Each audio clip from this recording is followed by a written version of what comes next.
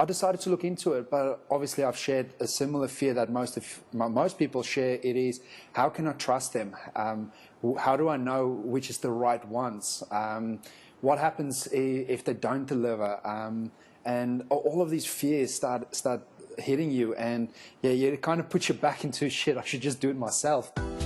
Welcome to Marketing with Vino, the edutainment business growth podcast, mixing education and entertainment to make growing your service business much more fun.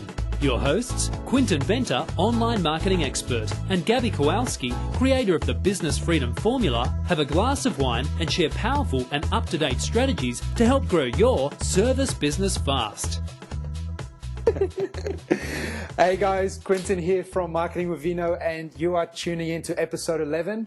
Joining us is the beautiful Gabs. Hello, gorgeous people. It's Legs 11. It is 1-1.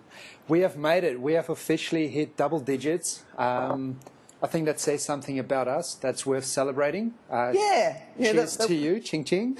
Ching ching. Cheers to you too. It says we like to drink wine and we really like to talk. That's what it says. It does. It was just before we started recording this. I put a post up on Facebook saying T-minus 5 minutes. Gabby, check. Wine, check. Fun and business, check. Have a great afternoon, guys. We're about to have some fun here. Love it. And so... It's funny because Quinton and I get super excited about this. Like literally yesterday we're sending each other messages going, that's it, tomorrow is the day, and counting down. So we get super excited to do this for you. And we're getting awesome feedback, and it's just so cool. Like to me, makes my heart sing that we actually get to make an impact, help you grow your business and reach so many of you that I may never get to speak to. So thanks for tuning in, and a big hello. Yeah, thank you guys. You guys are the vehicle. We love it. So let's dive into it. Like you guys know, our conversations aren't really scripted. It is everything just flowing in the motion. But we've got this. That's not true. They're fully scripted. We just read lines for lines and insert laugh here. That's right. And one of the interesting topics is that we want to talk about is recruitment and growing your team, fulfilling your mission, getting people on board. And we touched base on it with previous episodes with starting your why, but I think we're moving forward to now getting other people in on your why and why that is important, and eventually what impact can you make with others helping you get there. That's the thing, ultimately if you want to really create impact, meaning making a difference, you want a rocking life for yourself where you've got cash flow and time, it can't just be on you. You need to build an epic team. And so for me, I work with businesses that churn and burn through staff. And it's a big problem because you put all this time and effort to train someone up, and if they leave shortly after they're awesome and you're back in retraining, redoing the do, it's tiring. It's not the dream. It's definitely not, how you want to create your epic freedom business, your epic business. So today we're going to tell you some really cool things, tips on who to hire, how to hire, what to do, some of the ins and outs to make sure that your team just friggin' loves working with you, that even if they got offered a higher salary or an opportunity somewhere else, they're highly unlikely to leave because being with you in your business means more to them than just the money that they make from it. Yeah. So give us some gold, Quinton. Awesome. Thank you so much. So this all comes from as I've started growing the agency. So when I started, I was a one-man show, and I had to do everything. I had to wear all the hats that we've spoken about in previous episodes, and that's draining. And however, as a one-man show, you keep pushing through with it. And I was up late nights and making sure that these areas are done and that is done. And servicing clients was my number one priority. I couldn't really focus too much on sales and client acquisition or marketing. And the funny thing was, I was helping clients with their marketing, but I wasn't even doing marketing myself. So it was just this whole crazy thing going on. Until I basically reached a point where it was, I'm reaching a threshold here where I'm constantly just stuck in first gear. I'm not making any progress. And if you think of it, we're heading onto a highway now. So we've got that on-ramp, that piece of road that just gets you up to speed to the highway. I was stuck on that in first gear, and you don't get very far in first gear on the highway. No. People beep at you, and it's horrible. Like, you piss people off. You piss people off. You know what, though? At least you weren't broken down. You know, it could be worse. Yeah. It could always be worse. Yeah, 100%. Call NRMA. So it was frustrating, because as we get on this highway and there's just people overtaking you, and you're dropping the ball because you can't keep up, and clients start suffering, and I'm feeling shit because I can't deliver up to the promise, and it was this downhill spiral. So I thought something had to change, but how and what is the next step? So I'm sure most of you have also heard about outsourcing your admin work and outsourcing the minor things that you don't like doing to the Philippines or to India or to a third world country, where they will do it for you at a much cheaper rate, and oftentimes better as well. So I decided to look into it, but obviously I've shared a similar fear that most people share. It is, how can I trust them? How do I know which is the right ones? What happens if they don't deliver?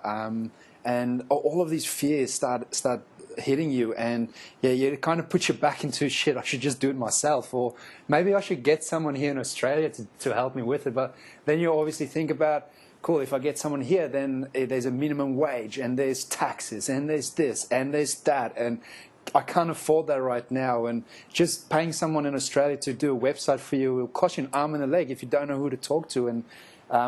And oftentimes they even outsource it to the Philippines anyway. So it really just comes down to you having trust and confidence in yourself, and also having the right systems in place to bring these people up so that they can follow and get consistency.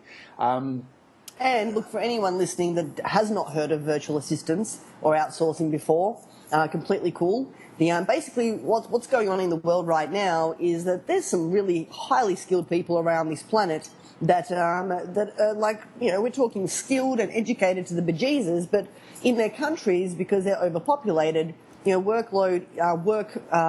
getting work is not that easy. So for them, you know, they've literally made themselves available to the rest of the world to work virtually. So they're a part of your staff, but they're virtual, you know, meaning that they work over there. You'll have meetings via Skype or whatnot with them, tell them what to do, and everyone's happy. The benefit to us is obviously our costs a lot less, because to hire the same equivalent in person in, say, Australia, or depending on wherever you're living in the world, you know, we pay a lot more. So for them, we pay them what we consider to be quite a low wage, and they're super happy because that money in their country translates to so much. It feeds their families. It means the world to them. Yeah. And for the most part, like, you know, they're so grateful. They work hard. You know, it's a beautiful thing because, you know, yes, you could say, well, let's keep the jobs in Australia. And you know what, kudos, yes, I agree. However, at the same time, if you're in a position where you can't afford to pay someone $100,000 a year to do X, you know, well, you're not really keeping the jobs in Australia anyway. You're trying to do it yourself. Secondly, you know, I really want to sort of express the fact that we are humanity. It doesn't matter where you live, what your skin colour is, you know, what language you speak. We're all a part of one world. And to try and separate ourselves by countries, I think kind of misses the big point and the opportunity that life really, the life really offers for us. Yeah. So this is where you literally can. You can hire people to do all sorts of different things within your business, even, you know, customer service and whatnot. And I'm sure some of you are already familiar with, you know, Telstra and other, you know, other big companies outsourcing to India. Where, you know, you call up and you've got someone on the other line that drives you batty. This isn't that. You know, the truth of the matter is there's Philippines is brilliant. There's places in the world that will actually have heart, that will put a lot in, and they won't leave that bad taste, you know, in your mouth, like you've probably experienced with other big companies outsourcing in the past. Yeah. So, continue your story with your journey. Yeah, thank you. Just to add to that, for anyone listening and thinking, okay, cool, I've got a mortar brick store and I can't really outsource anything. And I'm going to challenge you on that because I believe anyone can outsource to the Philippines. Just think about those minor little tasks that annoy the shit out of you. For example, whether you have to do your admin stuff, or you have to pay your bills, or you need to simply send out reminder emails, or whatever it is, you need to do data entry. Book flights, book accommodation. All of these things that take up time, that's stuck in the back of your head and constantly drives you nuts. You're like, shit, I should get to it. And those are the things that you can outsource. And so even for you having a modern brick store and you've got your staff in-house, there's still things that you can outsource. I was having this conversation with a very good friend and my previous employer, Michael, about he's got pizza shops. And even to him, I was mentioning these things that you can outsource. For example, training your staff up. You can create videos on how to make pizzas and how to train them on showing them how to make the pizzas. But actually putting that information online and transcribing it, get someone else to do that. So you're not stuck there learning about the techie things and editing and then uploading it and blah, blah, blah. Get someone else to do that. Your job is there to be a leader, to train people and to empower them so that they can go on to the next stage. So that's basically where I was at my journey, where I was reaching a point where growth was limited. I couldn't take on any more clients. And frankly, I couldn't service the clients at the best of my ability. I was a slave to my own business, and I wanted to get out. And so I reached out to a very good friend, and he shared with me exactly where he started looking for outsourcers. And he just took me through a bit of a strategy, and I want to share that with you guys. It has helped me so much. And like I said, I had those fears as well with who to trust, what happens if they rip me off, and if I can work with them or not, or whatever it is.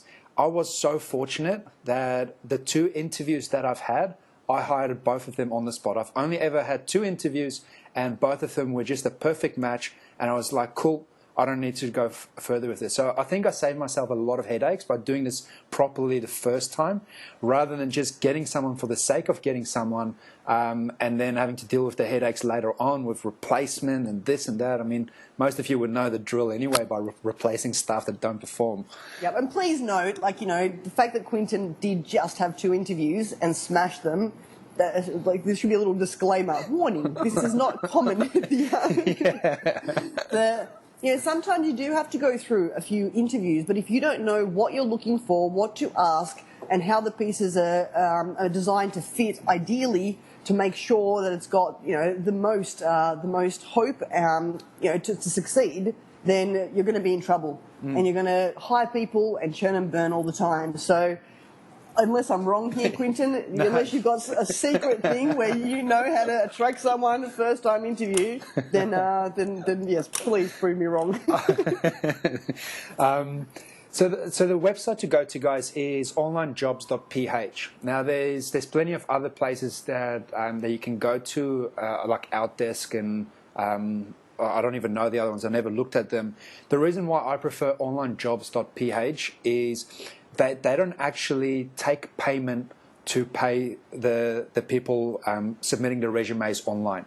So they don't function as an agency. They allow people to post their jobs or post their resumes or apply for jobs, but all of the payment goes straight to the individual. So it really is, it's from the other ones that I've heard is they will take a certain cut and then they will pay the employees and so forth. And to me, it just didn't seem fair. So online jobs, I love them because they charge a membership for you to be able to contact them. So you can go and browse these people for free. The moment you want to contact them, then simply just pay the membership for online jobs itself. Go and speak to that person. If that person is a fit, then you delete your membership. So at the end of the day, there's no ongoing cost to be able to go and do your recruitment. So that's exactly what I've done. And I went searching for work for people with a certain skill rather than putting up a job about the position that I'm hiring for. There's a reason why I've done that. I wanted the people that I wanted to hire, I was looking for a certain skill. So, for example, a Facebook expert. And I wanted to see how they would go about being a Facebook expert with understanding ads and marketing, how they would go about writing their resume, how they would talk about their job, rather than or talk about their experience and talk about their skills, rather than me posting a job and many people applying for it, because even if they're not a perfect match, they'll be like, yes, I can do it, I can make it happen. So I decided to go down that. However, you can do it however you want to do it. But I like that though, because it is a different strategy, and perhaps potentially that's why you didn't have to go through countless interviews too. Yeah. So I like that. So instead, you went on and you sort of went, okay, I want someone who is X, Y, Z, and you just went looking for X, Y, Z. Yeah. Yeah. Yeah, Yep. exactly. And it actually allows you to go and search for specific skills that you require, whether it's a certain tool to use or program to use or X amount of experience or background. So it's very specific, and that's cool. So I went to go ahead and I started looking through resumes, and one of the key things that popped up straight away is price. So everyone says their own price, from what they're willing to do the work for and for how many hours a week. And I started thinking about it. I'm like, if someone is exceptional at their job, they would charge a premium. That's just a given. And also thinking about negotiation, they will always start up higher. So then they will obviously negotiate and bring them down and so forth. So I started looking at price, and I compared the price that they were charging for what they were asking compared to the actual skills and what they were writing and what they were telling about themselves. And just from filtering through that, I guess that is where I saved a lot of the headaches. Rather than speaking to people on the phone, I simply just filtered through there, and I trusted my gut on a lot of these decisions, where I was looking for someone that showed some form of passion talking about the topic. And I got that with both of the people that I've hired. I just sensed, and this text is emotionless, but I could sense there was some form of passion around the resume that they've written. So I started looking at people at a mid-range price, not the most expensive, at a mid-range to a bottom one. And I was looking for someone specifically that didn't have a 10 out of 10 skill, but it was at a 6 or 7 that was willing to learn. Because they are people that will absorb a lot of information, and oftentimes they will let their ego go and just wanting to learn and serve. Because what we do is so specific, I wanted to teach them specific strategies and tools and give them access to specific trainings that we provide. And I wanted someone that is open with that, rather than already knowing everything and saying, no, this is the way to do it, and they just go with their own ways. So obviously, yeah. I was going to say, I love that. So this is where, to me, when I speak about hiring staff with my clients, you know, it's funny how so often people want to go. Okay, I've got two names for these. There's the old dog or the excited puppy. Yeah. That's just how I've defined them. Now it's funny how so often we want to go after the old dog, meaning that we want the person who's super professional, been around for a long time, has all the all the ticks on the board, so to speak. The problem with that sometimes, though, is this, that the old dog, not always, but majority of old dogs within any industry are so fixed on the way they do stuff. Yeah. They're not willing to actually adapt and become a part of your team, and do things the way you want to do them, because they've got all this stuff that they've been doing for so long, and the whole teaching an old dog new tricks thing. That sometimes you're actually better off getting a young puppy. Why? The old dog is usually at a point in their career that they're awesome at what they do, but they've lost a level of passion. They've lost a level of excitement, because they've gotten to a level that's so high, there's really not a great deal to look forward to for them anymore. Whereas the young puppy, they are just, guns blazing passionate. And it's a pleasure to work with them. They soak things up like a sponge, and they're so, they're excited for the opportunity to be a part of something and grow within something. So it's important to sort of identify. I love that you did this, Clinton. Do I want an old dog or do I want a young puppy, and why? Yeah. And it's really, really important. So I love that you actually didn't go total high ticket, because sometimes, majority of the old dogs are hanging out in the pool where they are charging the higher fees because they've been around for a long time, they've got the runs on the board, and they can. So this is where I love that your strategy naturally took you to the medium range and slightly lower where the puppies are hanging out. Yeah, you're so right. I love it. Puppies and old dogs. And yeah, that was exactly why I've done it, because I've learned through studies and so forth and reading these books about great cultures to hire based on culture. And we weren't at a position where we were operating at a corporate level. So we were still at a very infant stage as well, where we have to learn when these challenges that come up and build the systems along the way. So I wanted someone that can actually be part of that journey and wanting to be part of it.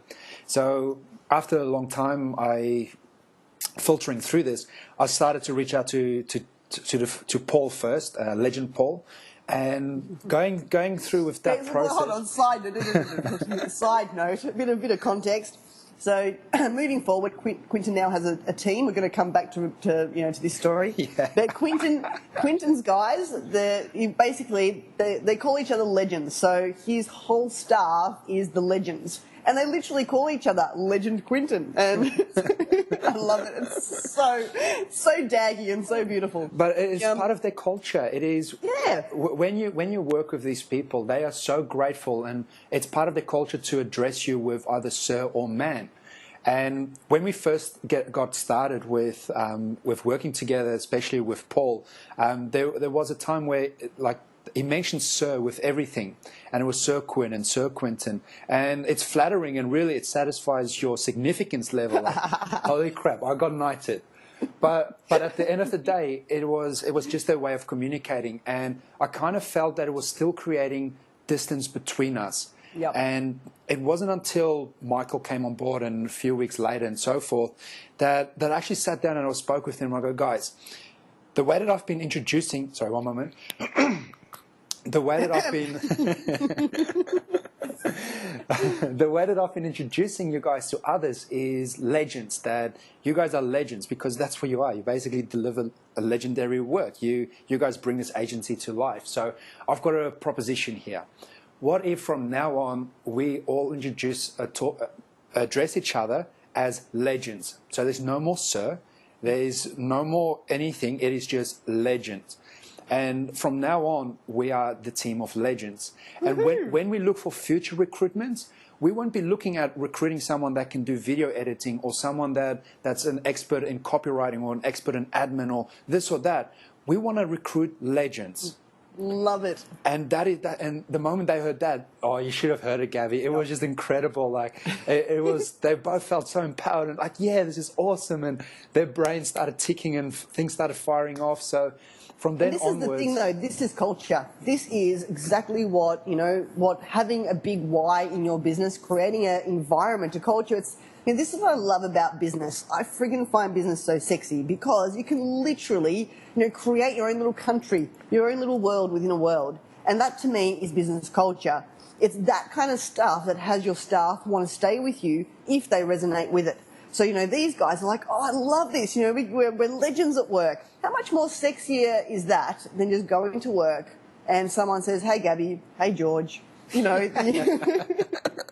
Whereas if I walk up to work and it's like, hey, legend, I'm like, hey, legend, it ups the experience. We spend a lot of time in our life working, and I'm not, obviously, like as business owners, you want to get staff on board. These people are going to be spending, giving you, like donating, being a big part of their friggin' life. And I think it's our responsibility as business owners to take that and give them the most awesome experience. Create a little world within a world that is more exciting sometimes for them than their actual day-to-day life, versus them wishing for Friday. Versus them dreading Monday. Imagine if that changes, and it does when you have a killer culture, that all of a sudden it's like, oh, it's Friday. Woohoo, it's Monday, you know. Yeah. And so well done, honestly, well done. Thank you. Side venture, just bring it back. So step one, you said, was, there's this cool website you can check out, which is called onlinejobs.ph. Step two, you actually looked for the skills and the passion. So you're looking for someone who's got the skill that you're looking for, but also someone that seems to speak about what they do with passion, which means they're going to be excited to do this within your business, yeah? Yeah. And then number three, you started saying that then you attracted Mike and you had... Paul first. Paul, sorry. Yeah. My apologies. Paul first. Go. Yeah, so on another side note with the whole legend thing, in the beginning it was so weird that they were calling me Sir Legend Quinton. But eventually we got over the whole sir part. Whenever they said sir, I just question marked it, and then they go legend. And I totally am so grateful for having these legends. So moving forward... They're going to be listening to this, laughing their little heads off. Totally. So I decided to schedule a meeting with Paul, and so grateful with his response and everything. Guys, when I was looking for passion happens through storytelling. It doesn't just happen with having a resume that is just bang, bang, bang, bang, bang, dot points and skills and this and that. Someone that can actually tell a story and get some emotion through there, that is one of the key things that I was looking for. And that's what I felt with both of them. So I started talking to Paul, and I have not structured anything with the interview. It was simply having a conversation, and this was the strategy that was passed down by me, to scrap any of the formalities and really just go and have a conversation with them and really get to know them. So I'm sitting there with my singlet on and hair's all messy and just casual, and Paul comes on and we're having this cool conversation, and it's really just getting to know them. And I kind of thought about it afterwards that it wasn't that for them to sell themselves to me. It was for me to sell myself to them. And I had to prove myself to them to get them on board, to get them inspired to come on. I mean, if it's the other way around, then it just kind of feels wrong. Then there's always that power struggle. But I wanted to sell myself to Paul, and for him to then be like, yes, I'm on board or not. And whatever he then said would have been fine. And lucky he said yes, and I'm so grateful for it. Because as we started talking, it was real conversation, transparent conversation, where even around money, it was talking about breaking it down so to the bare bone, where it is, how much are you currently earning? What are you making at this point in time? From what sources? And then going it forward from, what do you want to be making? What do you want to be making eventually? And then we just broke it down from where they are right now to what do you need to survive? What is it, the bare minimum that you need to survive? And they obviously give that number. And having in mind what they're currently asking for online, then you simply, like, that's all within the price range. So therefore I've spoken with them. Having that in mind, I just simply threw back the question. If I was to give you what you're asking for, which was more than what they've needed, would this mean that you're comfortable? Would this mean that you are satisfied? Would this mean that it changes your world? What would this actually mean to you? And to give you guys some insight, my cause is to inspire and empower people and their capabilities to change the world, to achieve their dreams. But at the agency, we believe that inspiring stories can change the world. So we have to start from our own culture. We have to start changing their worlds, because getting them on board changes my world. Getting them on board changes their world. Therefore, we can change our clients' worlds. Love that. That is so freaking sexy. Thank you. This is actually the first time I'm sharing it with an audience. So Not scripted. Not scripted. Beautiful. So yeah, having that conversation and then hearing what they are saying by asking, how will this change your world? And then really just hearing where they're coming from. What is their heart space saying?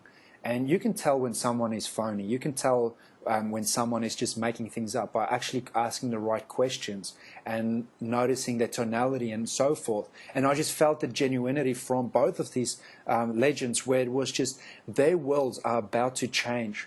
If they come on, their worlds are going to change, and they're going to change my world. So I want to do it for them first. And this leads me into my second part, where the money side of things, we never negotiate it.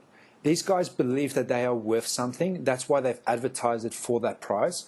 And they obviously put it up there for a reason, that this is what they would want to be earning to be able to do certain things in their lifestyle.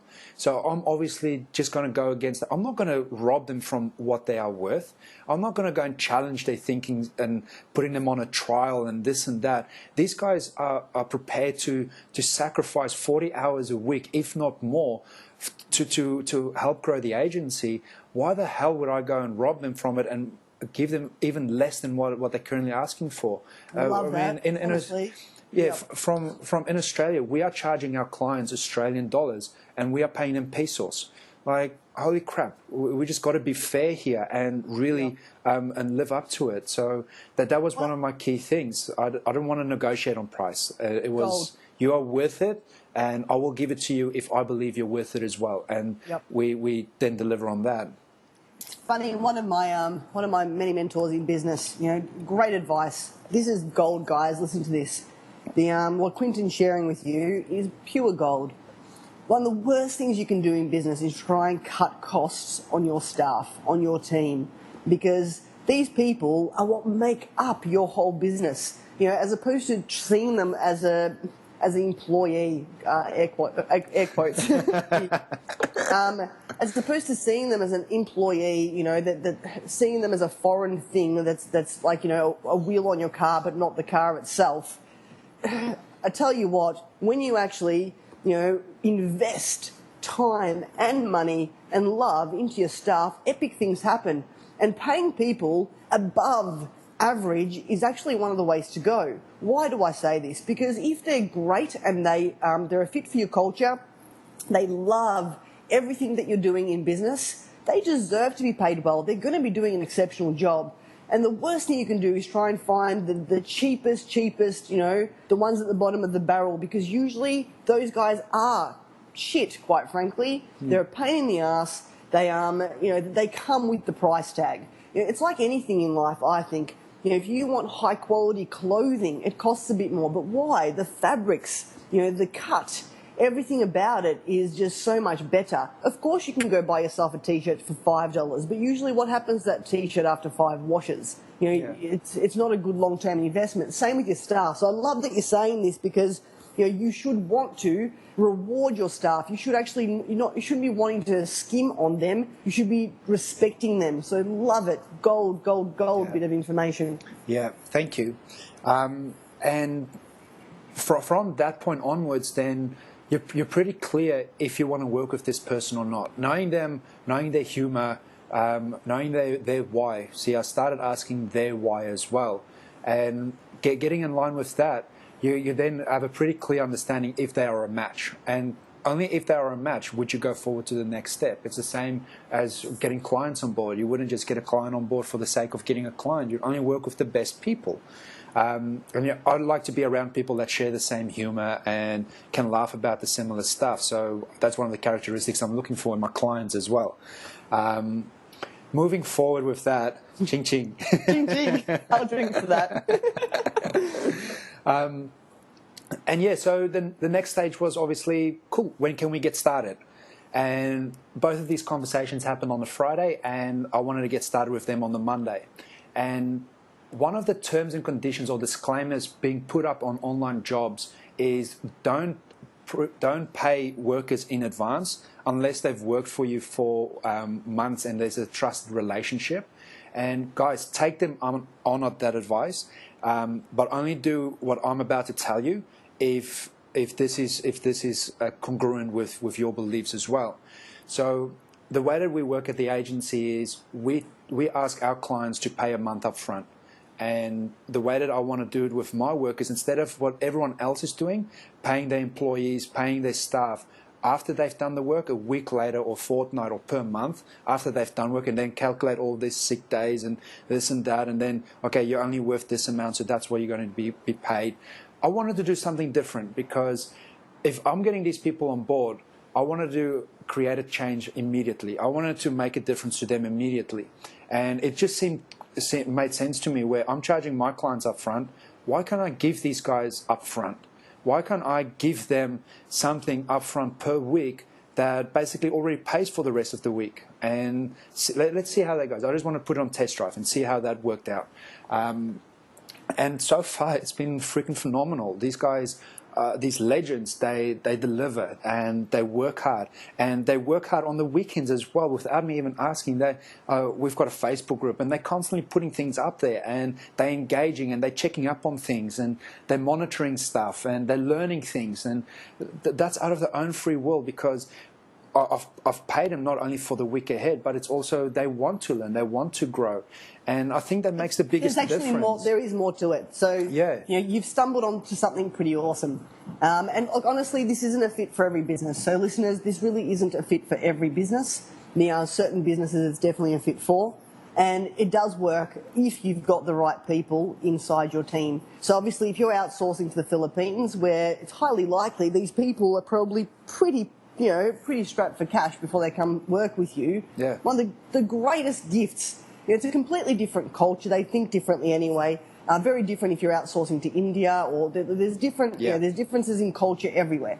What I'm trying to say here is this though, that if it's the right team, and this is literally someone who loves what they do, who's bought into your mission, who is like on board and excited, they're actually going, I can't believe I attracted this job with this person doing what I love, and then that person paid me up front so I could actually go and buy food for my family and get on top of bills and all of that kind of stuff. Do you know what that does? Yeah. That locks loyalty and love, and it works wonders. Yeah, for the vibration psyche. changes. Their vibrations massively shoot up.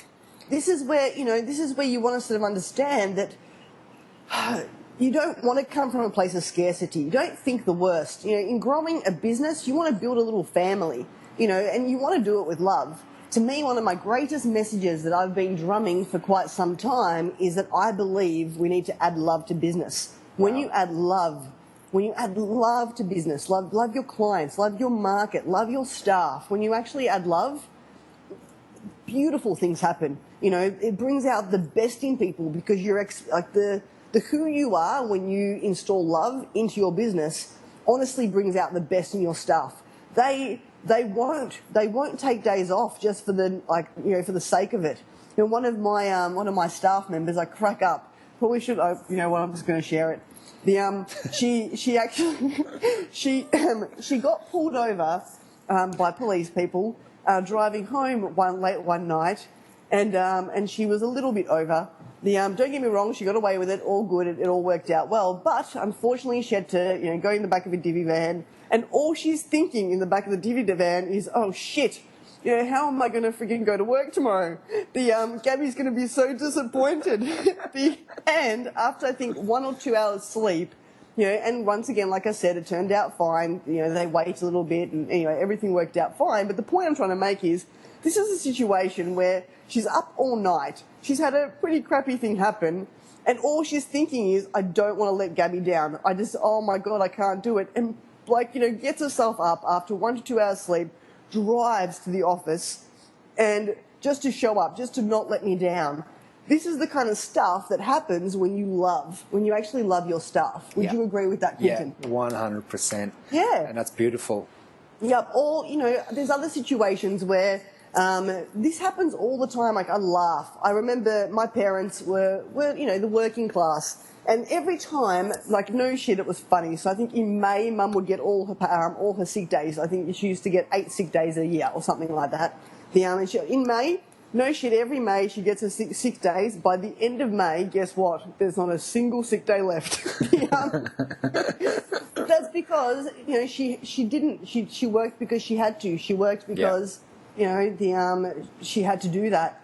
And this is, to me, I stand for creating business owners that install love, because one thing that absolutely friggin' shocks me, statistic, don't know how accurate it is, but being told it's pretty accurate, is that 95% of the people on this planet hate their jobs or don't like what they do. They either love what they do and hate where they work, or both. And to me, when I heard that, I made my mission, to completely smash that out of the ballpark. And the way we do that is with you.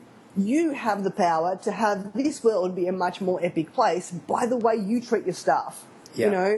And what Quinton's doing right now is an example of that.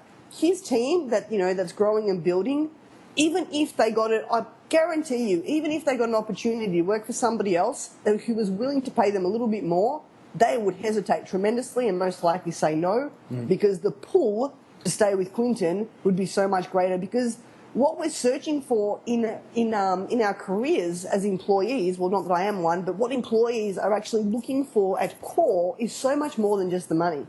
Yeah. They just don't know. They're looking for it because these conversations aren't being had. That it seems like a utopia to work at a place where you're respected, where you're loved, where, you know, where if there's so for example with me, if I've got like exceptional months, I share that with my staff. You know, I do like, here's extra presents, I do cool stuff. Why do I do that? Because I want to include them in the celebration of that. Yes. Now, of course, you could sit there and put your little accountant's face on and go, well, that's just silly. But it's not. Because who comes out of them is someone who's so much more proactive, productive, who gets even better results, who grows the business, and the revenue increases because of the mindset, because of the fact that they love what they do, they love being around you, and they actually want to make you proud. Yeah. You know, they do. It's like this, you know, little puppy. They just want you to love them and be proud of them. The more you give, the more you'll get back. Yeah, 100%. And guys, even with outsourcing to the Philippines, I wanted to make a difference in their world. So for me, making decisions around that is pretty clear. Whenever I'm questioning something that I'm doing, I just fall back on how can I change their worlds? And then the answer becomes very clear. So for me, the strategy just made sense to pay them up front. And I remember my partner, she questioned me on it. She questioned on, but what if there's a regular fear that we all have? It is, what if they rip you off? What if they scam us? What if this, what if that? Guys, at the end of the day, it's a week's worth of pay up front. It's not a shitloads of money. And I've got full trust and belief in the people that I speak to, have heart, and you can pick out the phonies. Even if they are amazing con artists, eventually they drop the game. Do you know what's even better? This is the gold, and I love what you're doing. Because get this, right? So yes, you know, you could go, well, I'm just going to pay you. Like if this model applies to you, and it could actually be something you could implement. I think for VAs, VAs it definitely applies. Yeah, definitely applies. Yeah, and for some of you, it could apply for your staff as well. But even thinking of other ways you can show your love, right? So just consider this is more of a metaphor for love than it is the specific thing itself. Yeah. This is what's powerful about it. That, you know what? It's a week's pay. If they don't prove themselves in that week, guess what? You've just saved yourself so much time because you then know they're not right for you. Whereas if you hadn't have done it, if you hadn't have given the love, you wouldn't have seen who they really are. Make sense? Yes. So they're either going to show up as the right fit or not. Zappos, if you're familiar with them, they're a huge friggin' company selling online shoes. Look into the owner. Pretty epic. What they do, I don't know if they still do it, but this is what they used to do. Whenever they hired new staff, they'd actually have them work there, and after a month of working there, Quinton, they would offer them $2,000 or $3,000 to quit. They go, okay. Wow. No shit. I can't remember if it's 2 or 3K. So literally it'd be like, okay, well, you know, if you like it here, we're pretty happy. You can stay on. Otherwise, if you're not 100% happy, we're going to offer you $3,000 right now, cold hard, tax-free cash, and you're welcome to leave. And that's how they would filter out who is a fit. Yeah, that's so cool. Now this is where, you know, Zappos is oh, hello. Goodness, like walking around doing stuff. Zappos, like, you know, it's really cool when you actually go behind the scenes of their business. They've got different departments. When you go there, you actually like get to decorate your own section. So I'm not going to lie to you. Like, for a visual like me, it's pretty chaotic and messy. You know, it's not picture perfect. But, you know, so you know, they've got their own, like, they get to bring their own personality in and decorate their office space. Yeah. And it's pretty out there decorated.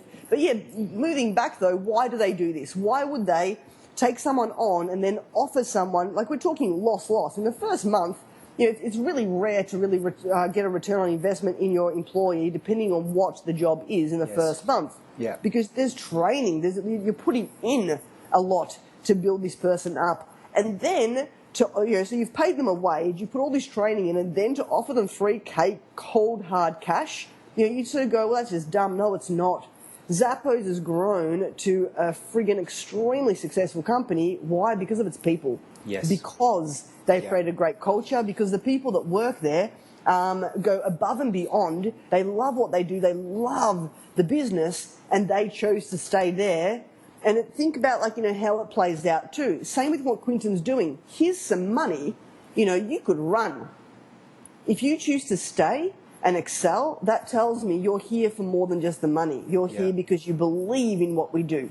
Yeah. You're a part of this. This is a part of who you are. And that's how you create epic leverage teams. Yeah. So, yeah, it makes me think about how a lot of people are focused on the experience of the customer, and they think about how their business is represented and really wowing that client.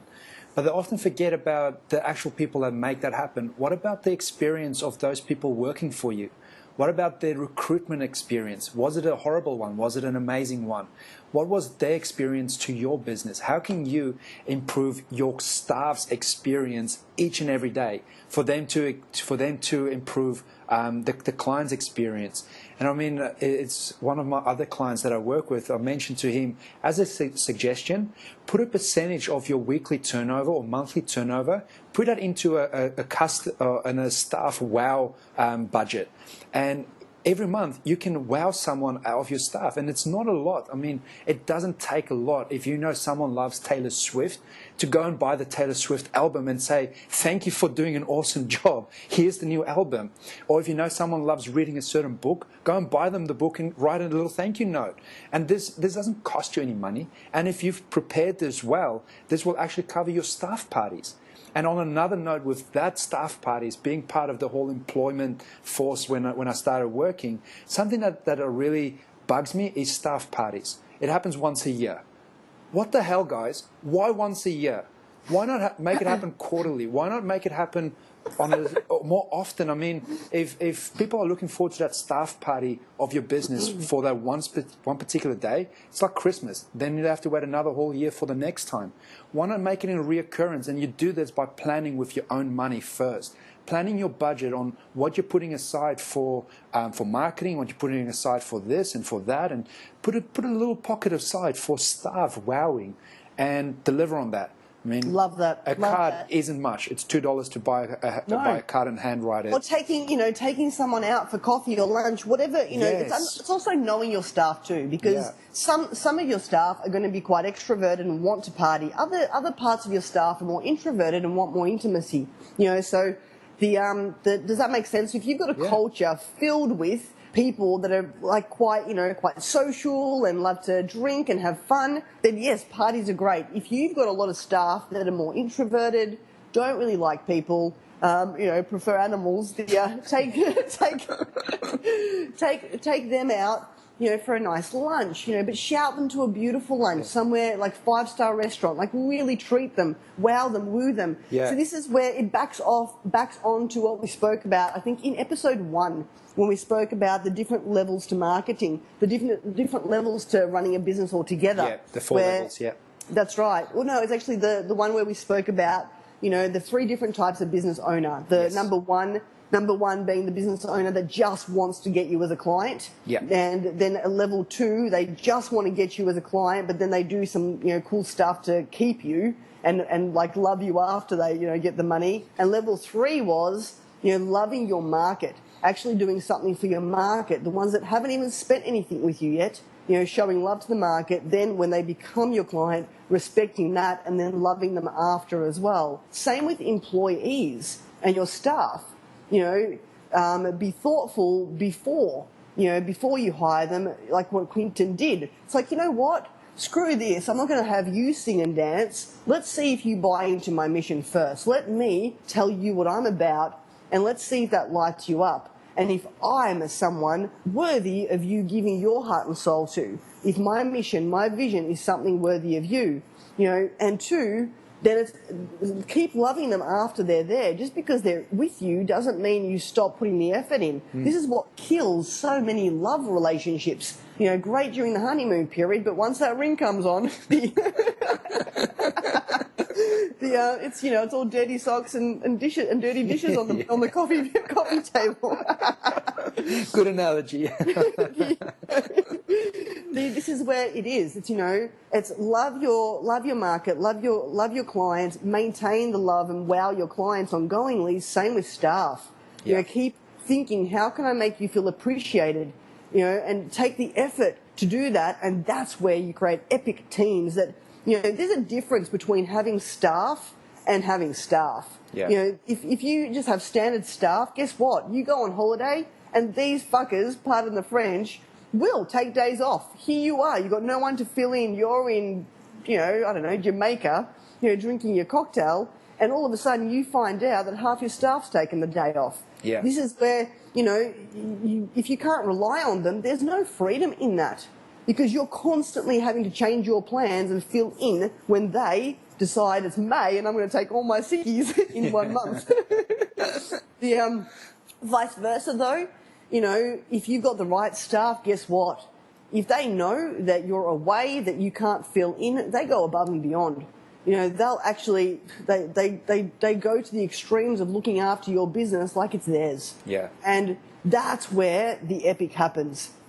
Yeah, 100% agree. Couldn't have said it any better.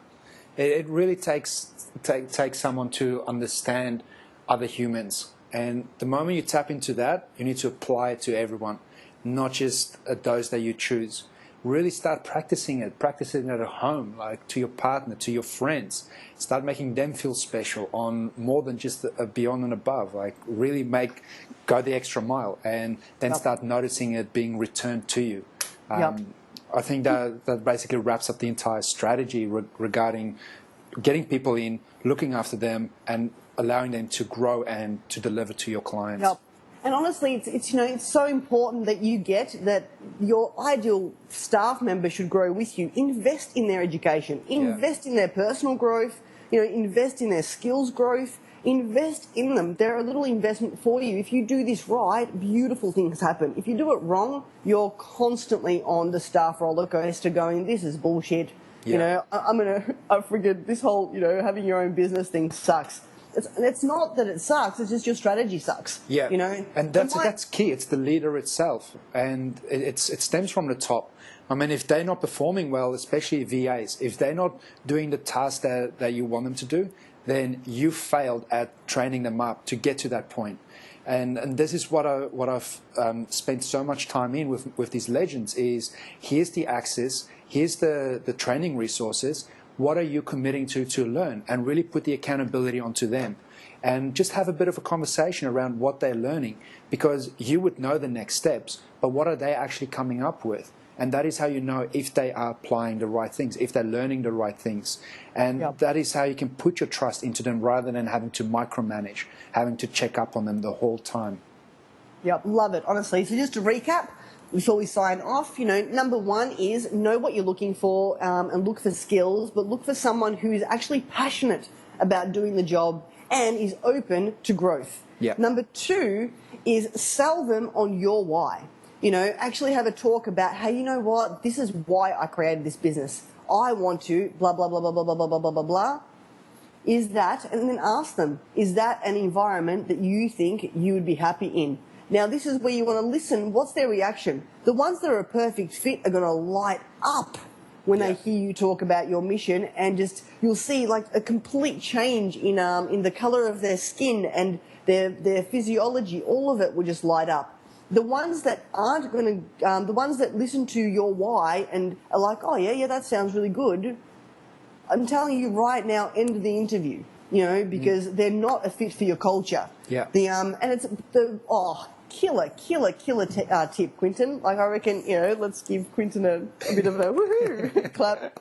Then after that, if they've passed the why test, and they're in, then make sure that you give them love, that you support them, that, that you see the greatness in them and have them step up to greatness and continue wowing them and loving them after the ring's on. Yes. And that sums up beautifully. In saying that, though, here's the prerequisites. You need a big why. If you're listening to this and you haven't actually sat down and worked out your why for business, that's so sexy that lights up your heart and so much more than money, then this strategy won't work. In order for you to have this, you first need to have an epic why. A reason for being in business that's greater than yourself. Yep. And we covered this in episode, I'm going to say, 7 or 8. I think it was 8, yeah. Start with why. I think, so one of them in the last few episodes. Check them out. There'll be the word why in the title. You can't go wrong. Thank you so much for hanging out with us, guys. It's been a pleasure and honour. Quinton, you're a rock star. Legendary tips. Thank you. Absolutely rocking. And, It has been amazing having this conversation. Thank you for allowing me to share this with our amazing audience. And guys, allowing you, like I had to say. Well, guys, you have been rock stars. You have been listening very well. Amazing listening skills. I know, they're so good. Guys, if you've enjoyed this episode as well, please comment, in the comment section down below, and share it. Share the love with, most of us are employers, but we also know people who are employees and people who are employers in other areas. Share it with them. Make a difference in this world. Start with yourself. Yep, thank you. And we would really appreciate if you help us spread the love. So big hug. And chat to you next time. Chat to you next time, guys. Thank you. Bye-bye. You've been listening to Marketing with Vino. If you enjoyed this episode and want to access the resources discussed in this episode, go to marketingwithvino.com and select which episode you've listened to.